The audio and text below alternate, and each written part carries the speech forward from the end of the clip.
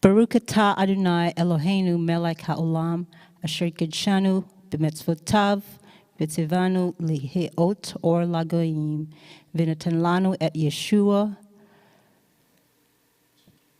mishikenu haor haolam. Amen. Blessed art thou, O Lord, our God, King of the universe, who has sanctified us by your commandments and commanded us as the light of the world.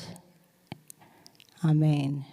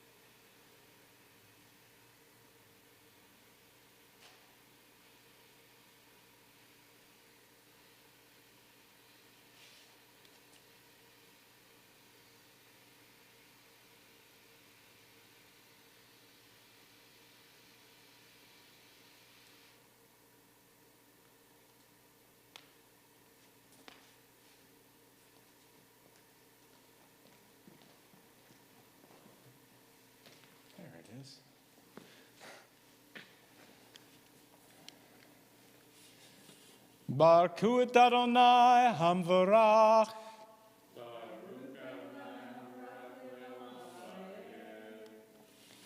Baruch Adonai Hamvarach leolam vayed. Baruch atah Adonai Eloheinu melech haolam asher bakar banu mekol ha'amim v'natan lanu et Torato. Baruch atah Adonai Noten HaTorah. Amen. Bless the Lord, the Blessed One. Bless the Lord, the Blessed One for all eternity. Blessed are you, O Lord, our God, King of the universe, who has chosen us from all peoples and given us his Torah. Blessed are you, O Lord, giver of the Torah. Amen.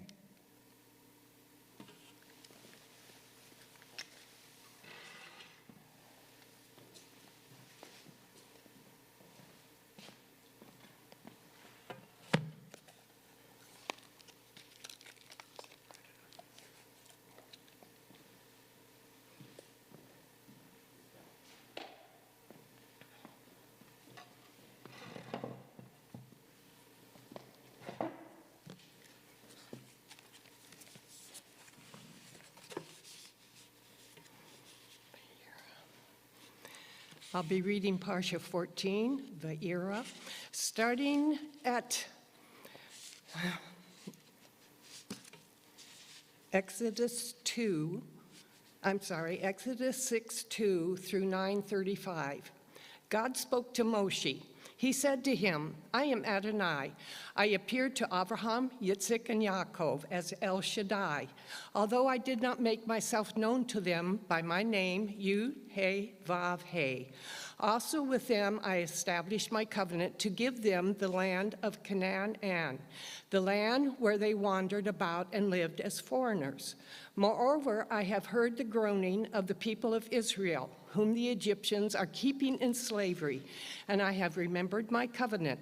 Therefore, say to the people of Israel, I am Adonai.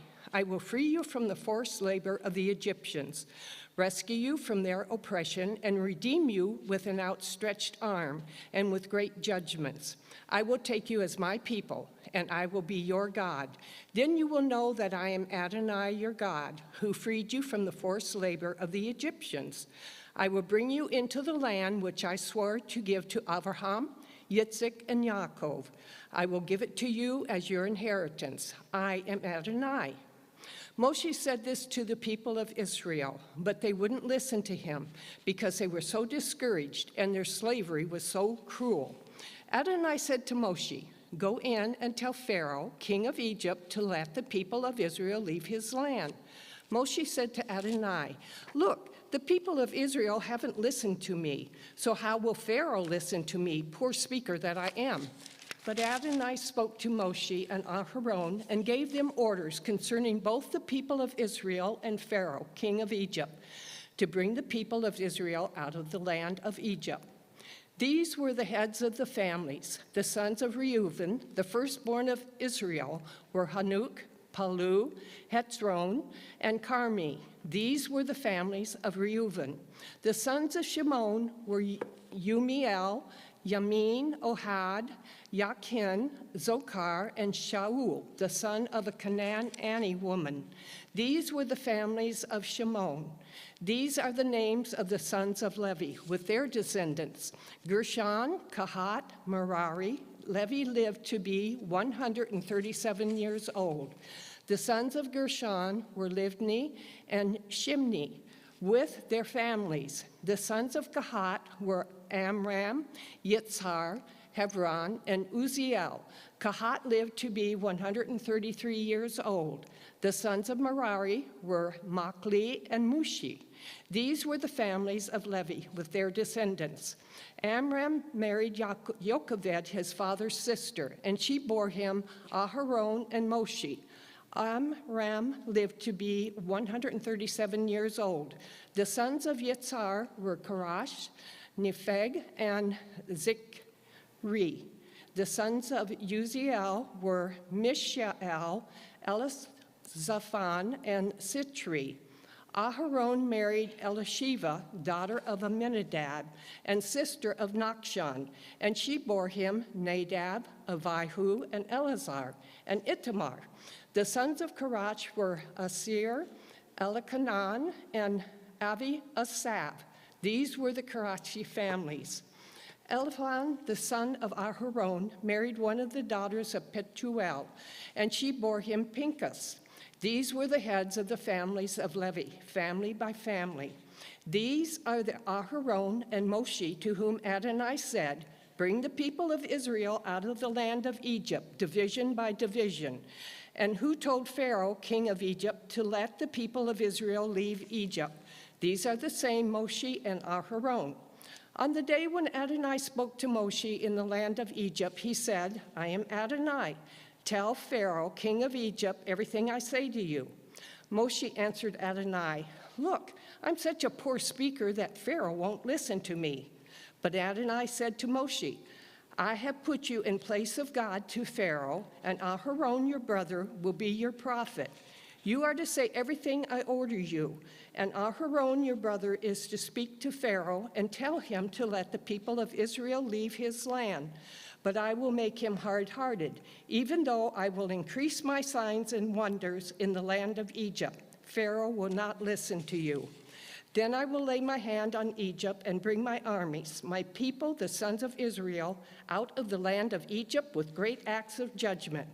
Then, when I stretch out my hand over Egypt and bring the people of Israel out from among them, the Egyptians will know that I am Adonai." Moshe and Aharon did exactly what Adonai ordered them to do. Moshe was 80 years old and Aharon 83 when they spoke to Pharaoh. Adonai said to Moshe and Aharon, "When Pharaoh says to you, 'Perform a miracle,' tell Aharon to take his staff and throw it down in front of Pharaoh so that it can become a snake." Moshe and Aharon went into Pharaoh and did this as Adonai had ordered. Aharon threw down his staff in front of Pharaoh and his servants, and it turned into a snake. But Pharaoh, in turn, called for the sages and sorcerers, and they too, the magicians of Egypt, did the same thing, making use of their secret arts. Each one threw his staff down, and they turned into snakes, but Aharon's staff swallowed up theirs. Nevertheless, Pharaoh was made hard-hearted, and he didn't listen to them as Adonai said would happen.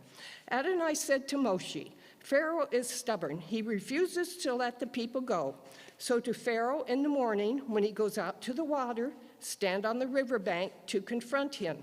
Take in your hand the staff which was turned into a snake, and say to him, 'Adonai, the God of the Hebrews, sent me to you to say, let my people go so they can worship me in the desert.'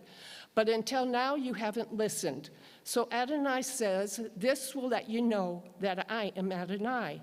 I will take the staff in my hand and strike the water in the river, and it will be turned into blood. The fish in the river will die, the river will stink, and the Egyptians won't want to drink water from the river. Adonai said to Moshe, say to Aharon, take your staff, reach out your hand over the waters of Egypt, over their rivers, canals, ponds, and all their reservoirs, so that they can turn into blood. There will be blood throughout the whole land of Egypt, even in the wooden buckets and stone jars. Moshe and Aharon did exactly what Adonai had ordered. He raised the staff and, in the sight of Pharaoh and his servants, struck the water in the river, and all the water in the river was turned into blood. The fish in the river died, and the river stank so badly that the Egyptians couldn't drink its water. There was blood throughout all the land of Egypt. But the magicians of Egypt did the same thing with their secret arts, so that Pharaoh was made hard-hearted and didn't listen to them, as Adonai had said would happen. Pharaoh just turned and went back to his palace without taking any of this to heart. All the Egyptians dug around the river for water to drink because they couldn't drink the river water. 7 days after Adonai had struck the river, Adonai said to Moshe, go into Pharaoh and say to him, here is what Adonai says, let my people go so that they can worship me. If you refuse to let them go, I will strike all your territory with frogs. The rivers will swarm with frogs. They will go up, enter your palace, and go into your bedroom, onto your bed. They will enter the house of your servants and your people, and go into your ovens and kneading bowls. The frogs will climb all over you, your people and your servants. Adonai said to Moshe, say to Aharon, reach out your hand with your staff over the rivers, canals, and ponds, and cause frogs to come up onto the land of Egypt. Aharon put out his hand over the waters of Egypt, and the frogs came up and covered the land of Egypt. But the magicians did the same with their secret arts and brought up frogs unto the land of Egypt. Then Pharaoh summoned Moshe and Aharon and said, intercede with Adonai to take the frogs away from me and my people, and I will let the people go and sacrifice to Adonai. Moshe said to Pharaoh, not only that, but you can have the honor of naming the time when I will pray for you, your servants, and your people to be rid of the frogs, both you and your homes, and that they stay only in the river. He answered, tomorrow. Moshe said, it will be as you have said. And from this you will learn that Adonai, our God, has no equal. The frogs will leave you and your homes, also your servants and your people. They will stay in the rivers only. Moshe and Aharon left Pharaoh's presence, and Moshe cried to Adonai about the frogs he had brought on Pharaoh. Adonai did as Moshe had asked. The frogs died in the houses, courtyards, and fields. They gathered them in heaps till the land stank. But when Pharaoh saw that he had been given some relief, he made himself hard-hearted and would not listen to them, just as Adonai had said would happen. Adonai said to Moshe, say to Aharon, reach out your staff and strike the dust on the ground. It will become lice throughout all the land of Egypt. They did it. Aharon reached out his hand with his staff and struck the dust on the ground, and there were lice on people and animals. All the dust on the ground became lice throughout the whole land of Egypt. The magicians tried with their secret arts to produce lice, but they couldn't. There were lice on people and animals. Then the magicians said to Pharaoh, this is the finger of God. But Pharaoh was made hard-hearted, so that he didn't listen to them, just as Adonai said would happen. Adonai said to Moshe, get up early in the morning, stand before Pharaoh when he goes out to the water, and say to him, here is what Adonai says, let my people go so that they can worship me. Otherwise, if you won't let my people go, I will send swarms of insects on you, your servants and your people, and into your houses. The houses of the Egyptians will be full of swarms of insects, and likewise the ground they stand on. But I will set apart the land of Goshen, where my people live. No swarms of insects will be there, so that you can realize that I am Adonai, right here in the land. Yes, I will distinguish between my people and your people, and this sign will happen by tomorrow.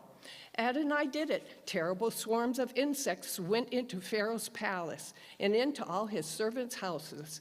The insects ruined the entire land of Egypt. Pharaoh summoned Moshe and Aharon and said, "Go and sacrifice to your God here in the land."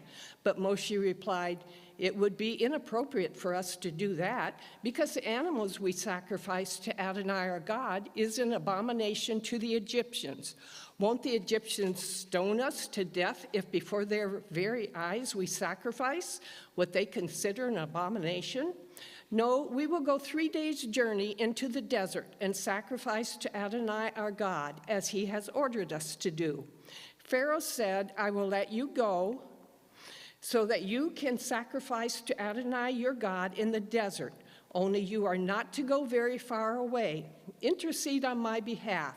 Moshe said, "All right, I am going away from you, and I will intercede with Adonai, so that tomorrow the swarms of insects will leave Pharaoh, his servants, and his people.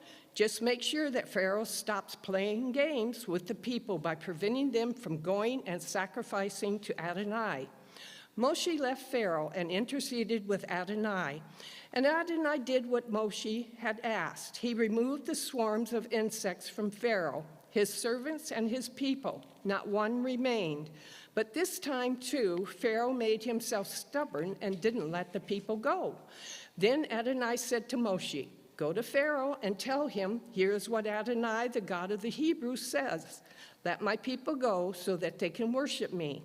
If you refuse to let them go and persist in holding on to them, the hand of Adonai is on your livestock in the field, on your horses, donkeys, camels, cattle, and flocks, and will make them suffer a devastating illness.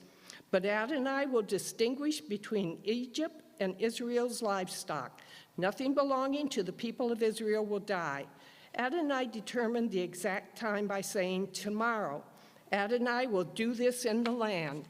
The following day, Adonai did it. All the livestock of Egypt died, but not one of the animals belonging to the people of Israel died.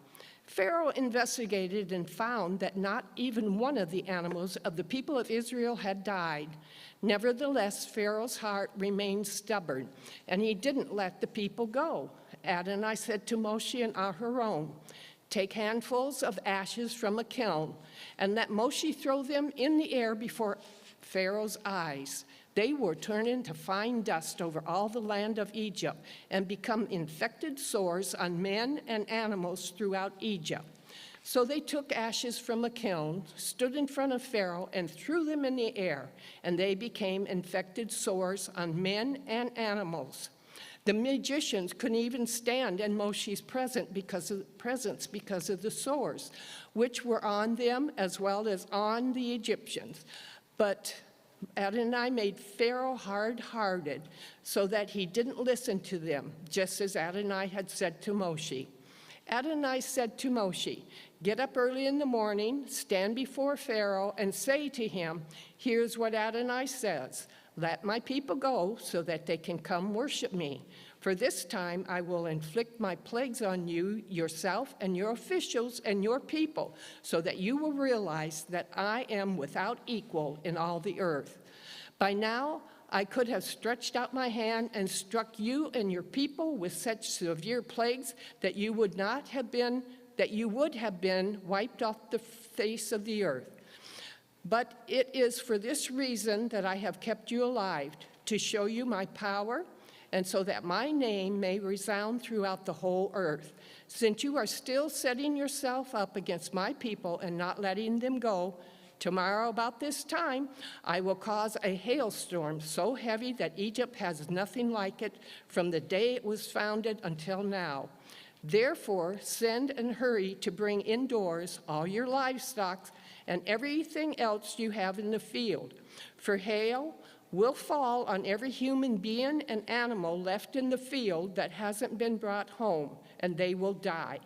Whoever among Pharaoh's servants feared what Adonai had said had his slaves and livestock escape into the houses. But those who had no regard for what Adonai had said left their slaves and livestock in the field. Adonai said to Moshe, "Reach out your hand toward the sky, so that there will be hail in all the land of Egypt, falling on people, animals, and everything growing in the field throughout the land of Egypt." Moshe reached out his staff towards the sky, and Adonai sent thunder and hail, and fire ran down to the earth. Adonai caused it to hail on the land of Egypt. It hailed, and fire flashed up with the hail. It was terrible, worse than any hailstorm in all of Egypt since it became a nation. Throughout all the land of Egypt, the hail struck everything in the field. People and animals, and hail struck every plant growing in the field and broke every tree there.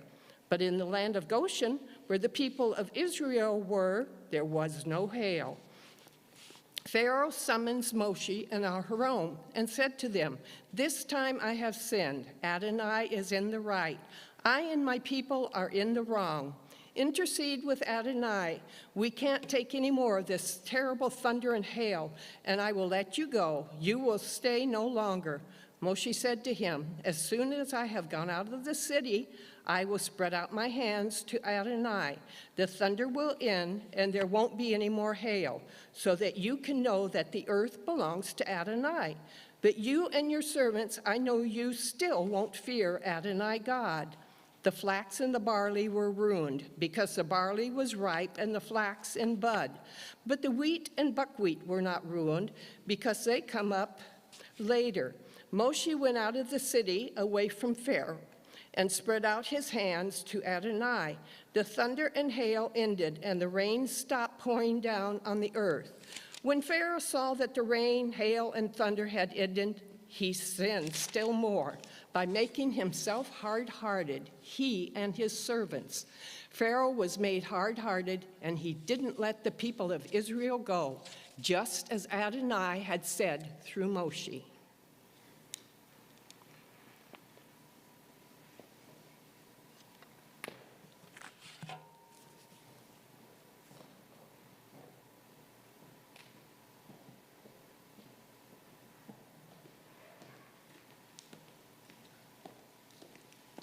Baruch atah Adonai, Eloheinu melech haolam, asher natan lanu Torah emet, v'chaya olam nata betukenu.